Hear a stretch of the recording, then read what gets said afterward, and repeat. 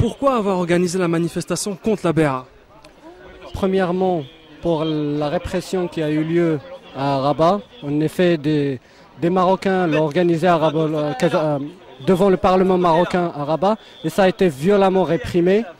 Du coup, moi j'ai eu l'idée de ça. Deuxièmement, pour le fait que les pratiques de la bay'a sont dégradantes de toute dignité humaine, qu'on soit marocain ou pas, c'est dégradant de toute dignité humaine. Troisièmement, parce que la bay'a en elle-même n'a aucun fondement constitutionnel. Ce qui est supposé dans un état de droit faire la relation entre le peuple et le pouvoir, c'est une constitution. Donc au Maroc, il y a en fait une illusion. On a deux façades en fait. Il y a la face de ce qu'on montre à l'Occident, comme quoi on est dans un vrai pays de droit. Et après, il y a la façade du réel, de l'ombre. Quelle réaction de la société civile marocaine envers le Marzen, la BA et la politique de soumission en général? L'une des raisons que j'ai pas mentionné tout à l'heure, c'est qu'en fait, le sujet fait la quasi-unanimité au Maroc. Parce que moi, aujourd'hui, là, ils sont venus avec moi des amis à moi qui sont pour la monarchie parlementaire, mais ils comprennent pas en fait que ça reste jusqu'à aujourd'hui. Il y a beaucoup de gens au Maroc qui s'indignent effectivement pour la BA et pour les pratiques de la BA. Un espoir d'un meilleur Maroc pour demain? J'espère que le Maroc de demain sera un Maroc, un état de droit. Et je vais répéter le mot qu'a dit le grand Mehdi El-Manjra. On lui a posé cette question sur Al Jazeera en 2007, si ma mémoire est bonne. Il a répondu un seul mot, la dignité. Alors la raison de notre présence ici aujourd'hui, c'est pour dire on fait allégeance à la dignité, à la liberté, à la dignité et pas autre chose et pas un humain. Et en fait, on est là pour être aussi solidaires avec nos camarades qui se sont fait tabasser à Rabat il y a quelques jours parce qu'ils ont voulu manifester leur désir et leur allégeance à la dignité également et à la liberté. Pourquoi la BA? Pourquoi manifester contre la BA?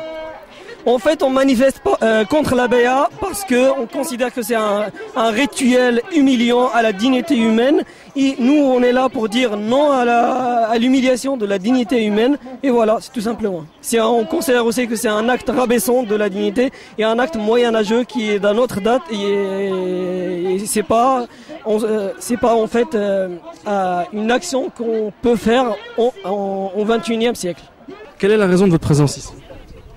Eh ben, elle est évidente parce que je participe comme je peux au mouvement pour implanter la démocratie au Maroc, la vraie démocratie, c'est-à-dire pas la démocratie octroyée par le souverain qui consiste à faire le jeu pour tromper le peuple et la réalité du pouvoir reste entre les mains du roi. Je pense que là, c'est le vrai mouvement qui lance la démocratisation, c'est-à-dire enlever au palais royal et au souverain tout le pouvoir qu'il détient pour le rendre au peuple et à ses représentants légitimes. Pourquoi manifester contre la BA? Parce que la BA, c'est la forme justement extrême de cette soumission au pouvoir absolu. Voilà. Et c'est le fait que tous les corps politiques, tous les corps constitués du pays se soumettent, ça montre que vraiment tout le pouvoir absolu réside entre les mains du roi. Et cette manifestation de la BA consiste chaque année à dire au peuple, enfin à travers les pouvoirs constitués, qu'on accepte cette allégeance suprême. Et ça, c'est intolérable, à mon point de vue. D'accord. Les régimes israéliens et marocains, une amitié commune? Une amitié qui date des années 50. Et c'est une amitié indéfectible. Alors là, vraiment, c'est probablement le Maroc est l'un des pays arabes qui a énormément fait pour légitimer l'existence d'Israël et sa présence dans les pays arabes qui a rendu Israël légitime au sein des régimes arabes, pas au sein des populations. Dès les années 80, le roi Hassan II avait accueilli officiellement Rabin et Pérez, et de tout temps, ils ont tout fait pour aider Israël, pour créer par exemple la conférence sur Al-Quds. Elle a justement été faite uniquement pour détourner l'action vraie pour lutter contre le régime sioniste et la judaïsation de Jérusalem. Donc la complicité entre le Maroc et Israël, elle est insoutenable. Musulmans et juifs marocains, une future réconciliation? Ah, pourquoi pas, bien sûr, mais il n'y a pas de problème. Vous savez, on a gardé dans notre cœur, dans notre esprit, dans nos mœurs, enfin, dans le quotidien, on a gardé ce qu'il faut pour repartir sur de nouvelles bases. Bien sûr, tout est possible dans l'histoire, vous savez, tout. Moi, je ne peux parler que des champs d'action et des méthodes que j'ai découverts juste de manière empirique dans ma propre expérience. Je ne peux pas thématiser ni théoriser sur le sujet. Toujours est-il, c'est que les lobbies existent partout et il y a d'autant plus de moyens et de lobbies au sein de différentes fondations dites Fondation Hassan II, Fondation M6, qui fait de l'entrisme au sein des partis socialistes, de la droite ou des centristes chez nous en Belgique, pour ne parler que du cas de la Belgique. Je le disais tout à l'heure en boutade, la plupart des journalistes, et pas uniquement durant les années de plomb, mais également dans les années 90, dans les années 2000 et maintenant en 2012, sont plus invités à visiter la Mamounia que de véritablement visiter les différents bagnes ou prisons encore existants et non fermés. Et je veux dire effectifs, qui fonctionnent à plein régime, et encore plus aujourd'hui qu'avant, parce qu'on a toujours tendance à relativiser, à dire oui, le roi du changement, le roi des pauvres, on est à la situation non seulement zéro, mais aujourd'hui on commence à reculer avec le Maroc. Alors le Marsen, comme toute nébuleuse, on n'arrive pas à la saisir, on n'arrive pas à trouver une tête pensante, elle est un peu partout. C'est le plus fort, celui qui a le plus de moyens, qui tape sur deux autres qui en ont un peu moins, qui tape sur quatre autres qui en ont un peu moins, qui tape sur etc. etc. Le principal pyramidal ou de l'avion. Et qui est en bas? Toujours le peuple. Sur qui on chie? C'est le peuple.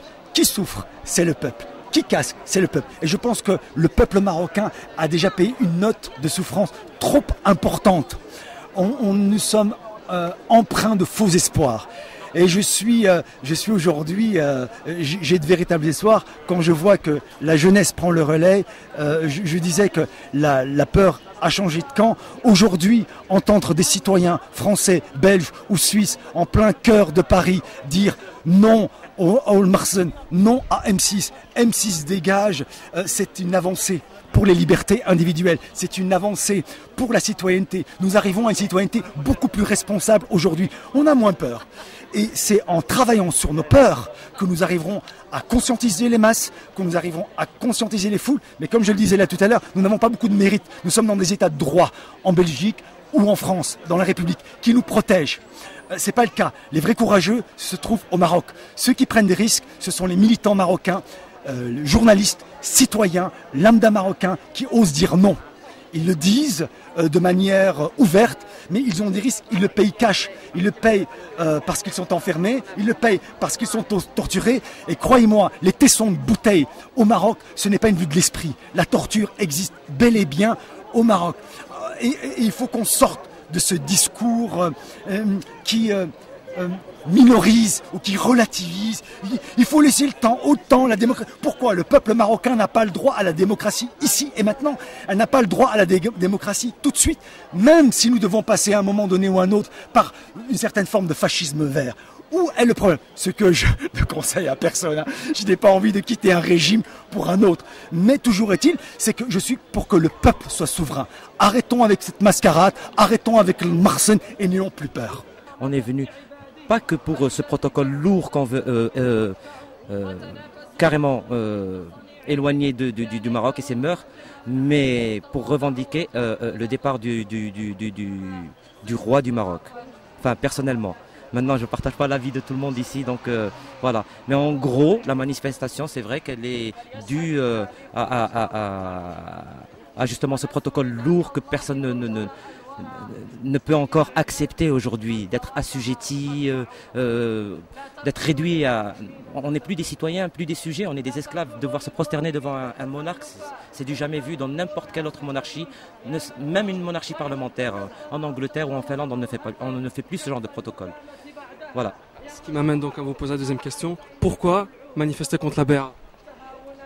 Pourquoi? Parce que je n'ai aucun lien avec les Alaouites. Je ne vois vraiment pas pourquoi je vais devoir me prosterner devant quelqu'un qui m'humilie, me torture, qui est un roi prédateur, qui s'est accaparé toute l'économie du Maroc. Donc se prosterner devant une personne comme ça, moi je trouve que c'est plus un mafioso qu'autre chose. Que fait la société civile marocaine selon vous? Elle bouge énormément, sauf qu'il y a un blocus médiatique. Ce qui passe, vous le voyez à travers des chaînes, du Paltalk, Facebook. Il y a une énorme solidarité qui s'est développée aujourd'hui, mais n'oublions pas la répression, beaucoup de répression. Nous avons beaucoup au sein du mouvement, par exemple, du mouvement 20 février, beaucoup de morts, des gens qui s'immolent, des gens qui sont torturés, emprisonnés, des gens qui aujourd'hui même n'ont pas encore eu leur procès. C'est la catastrophe. Donc c'est pour ça que nous, Marocains résidant à l'étranger, on prend un peu la relève pour pas laisser tomber nos concitoyens au Maroc qui nous demandent tout le temps de l'aide, ne serait-ce qu'en organisant ce genre de manifestation. Pacifique, bien sûr, comme vous voyez. Manifester contre l'humiliation, ça va de soi. Et comme je le disais tout à l'heure, la naissance de la conscience citoyenne, la naissance en fait de l'individu citoyen au Maroc, fait qu'on est sorti des logiques tribales, des clivages ancestraux. La Bira est d'abord et avant tout quelque chose qui divise une société, qui divise les segments d'une société pour asseoir l'autorité d'un seul, pour asseoir le pouvoir d'une tribu, on va dire la tribu des Alaouites, hein, la tribu monarchiste. Bon, donc cette Bira aujourd'hui revient et marque en quelque sorte la faillite de la démocratie annoncée, de la démocratie de Mohamed VI, de la démocratie de façade. Il y retourne avec d'autant plus de force que le peuple n'a pas du tout répondu à ces initiatives. Le référendum était quelque chose de totalement artificiel. La Constitution a été rédigée par 18 experts au lieu d'une assemblée constituante. Le gouvernement a été désigné parmi la majorité islamiste. On s'est dit, tiens, on est dans la transparence, on est dans la gouvernance maintenant à peu près démocratique et claire. Que fait le roi? Eh bien, il fait un gouvernement de l'ombre. Et c'est ce gouvernement de l'ombre, constitué par ses experts, par ses conseillers, qui dirige le pays. Alors, la Bira, elle se présente sous deux formes. C'est la forme ritualisée, la forme folklorisée, où il est sur son noir destrier, avec les walis, les pachas, etc., qui se soumettent. Mais elle est aussi dans le fonctionnement du système. C'est comme le marzen. Hein, je définissais le marzen comme une espèce de métastase qui empêche l'émancipation, qui empêche la société de se mobiliser parce que le marzen sème la terreur, la peur et l'intimidation. Eh bien, la Bira, elle est orientée exactement dans le même sens. C'est faire obligation aux représentants du peuple de se soumettre pour faire émerger le pouvoir d'un seul. Ce mode-là est fini. C'est le chant du cygne. Moi, j'espère et je le souhaite que cette 13e Bira, cette 13e canonisation, soit la dernière et qu'enfin on puisse passer à la vraie séparation du pouvoir, que ce soit sous la forme d'une monarchie parlementaire, mais j'y crois de moins en moins, et peut-être vraisemblablement vers une république fédérale marocaine, parce qu'il s'agit de fédérer les différentes ethnies, les différentes cultures, et de ne pas copier le jacobinisme français ou un système, disons, qu'on aurait importé. Donc, dans ce mouvement naissant au Maroc, ce mouvement févriériste, ce mouvement citoyen, il est en train de s'inventer le politique, hein, les nouveaux modes d'action populaire. On est sorti des processus de désignation par le haut, de décision par le haut, de la commanderie des croyants à la Bira, etc., etc. On est enfin entré, je crois, dans la phase qui s'exprime par la fin de la culture de la peur, la liberté de la parole, l'arrivée sur la scène publique des femmes, et on a peu parlé de l'émancipation et de la présence justement des femmes citoyennes, des femmes battantes. Zinbe en est une digne représentante aujourd'hui. Donc les mutations qui signifient que ces clivages vont à la fois s'approfondir, mais signalent aussi qu'on s'achemine vers des lendemains un peu plus heureux que le passé sombre, le passé des années de plomb, et bien au-delà des années de plomb. Enfin, ces 50 dernières années, un demi-siècle d'oppression, basta.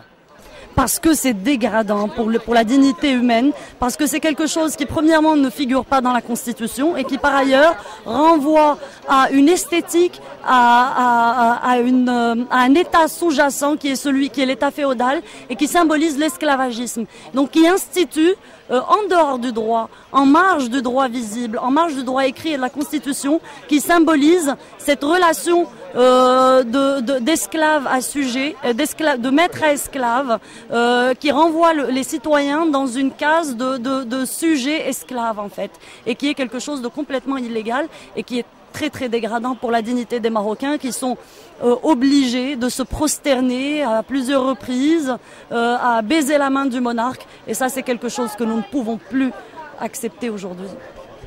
Quelles sont, selon vous, les réactions de la société civile marocaine envers cette pratique dégradante? Aujourd'hui, il y a un très large consensus au Maroc autour du refus de la bay'a.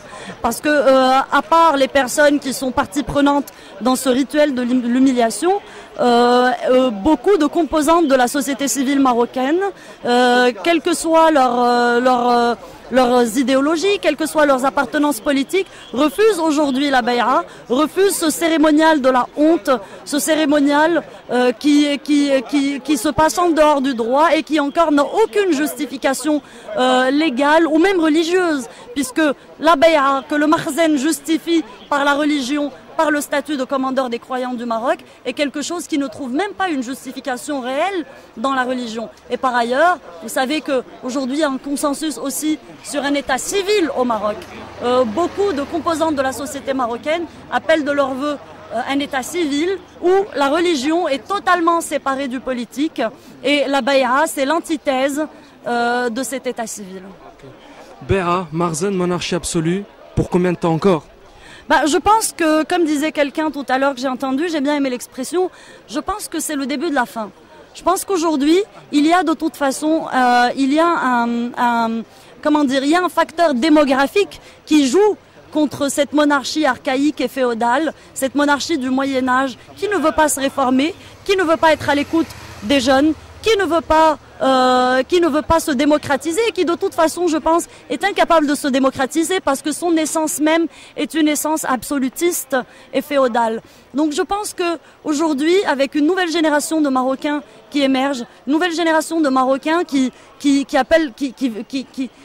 sont foncièrement dignes, libres, qui ne veulent plus être dans les schémas dictatoriaux du passé, je pense que de toute façon, il y a un compte à rebours qui est enclenché pour ce type de pratique et forcément pour la monarchie elle-même, puisqu'elle ne peut pas se décharner de ce type de pratique, qu'elle en a besoin pour asseoir sa légitimité et continuer d'exister. Le régime s'empare de toutes les potentialités, mais il veut l'humilier en plus. C'est ça en fin de compte. C'est que la signification de ça, c'est vraiment, non seulement il s'empare de toutes les potentialités du pays, il vole toutes les potentialités, mais il humilie les Marocains. Les Marocains. Et puis j'ai déjà parlé quand Hassan II, j'appelle Hassan Zéro, quand il a commencé ses discours, il disait Ra'ayan al-Awfiya. Ra'ayan al-Awfiya. Voilà que quand on entend ça en arabe, c'est vraiment, c'est banal. Mais quand on le traduit. Ra'i ou Ra'i, c'est le berger. Cela veut dire, en le traduisant des mots à mots, fidèle cheptel humain. C'est ça. Pour Hassan et ses complices, les Marocains, c'est un cheptel humain. C'est tout. Et ça continue. Le fait qu'on exige des Marocains qu'ils s'humilient, qu'ils baisent les mains et tout ça, c'est vraiment, ils le traitent comme un cheptel. C'est ça le problème. Et nous vivons en plein Moyen-Âge. Et la seule chose qu'ils puissent utiliser, c'est la violence. Ils croient qu'avec la violence, on peut résoudre toutes les contradictions de la société marocaine. C'est impossible. Ma raison, à chaque fois qu'il y a un rassemblement de démocrates pour réclamer plus de démocratie et plus de liberté dans mon pays, le Maroc, j'essaie d'y être, par conviction et par principe. Pourquoi manifester contre la bay'a? La bay'a est quelque chose qui n'a pas existé au temps du prophète, c'est-à-dire il y a un peu plus de 14 siècles, qui n'a pas existé au début de l'indépendance du Maroc. C'est Hassan II, juste avant lui, le maréchal Lyautey, qui ont imposé cette bé'a pour rassembler les tribus autour du trône alaouite. Hassan II l'a très bien marqué, il a fait des gens de l'administration, des hauts fonctionnaires, des esclaves, et il devait le prouver une fois par an. Et Mohammed VI, que l'on croyait beaucoup plus ouvert, a maintenu cette forme d'esclavagisme, cette forme d'abêtissement de la personne humaine. Et je trouve cela impossible à gober, à penser et à accepter. Je ne suis pas un esclave, je ne me tombe pas par terre, je n'embrasse pas les mains. Je peux embrasser les mains de ma mère, de mon père et même d'autres personnes de mon bon vouloir. Pas, on me l'impose jamais. Quelle est selon vous généralement la réaction de la société civile marocaine et plus particulièrement celle des associations des instances des droits de l'homme? Les instances des droits de l'homme au Maroc? Oui. En général, et je veux préciser le terme général, personne ne peut supporter la bé'a. Mais certains le disent très franchement, je parle de l'Association marocaine des droits humains, d'autres passent à côté, je parle de l'Organisation marocaine des droits de l'homme et de la Ligue de défense des droits de l'homme qui est proche de l'Istiqlal. Mais en général, tous les défenseurs des droits de l'homme ne peuvent pas supporter une intolérance de ce genre. Mais certains l'expriment, d'autres pas.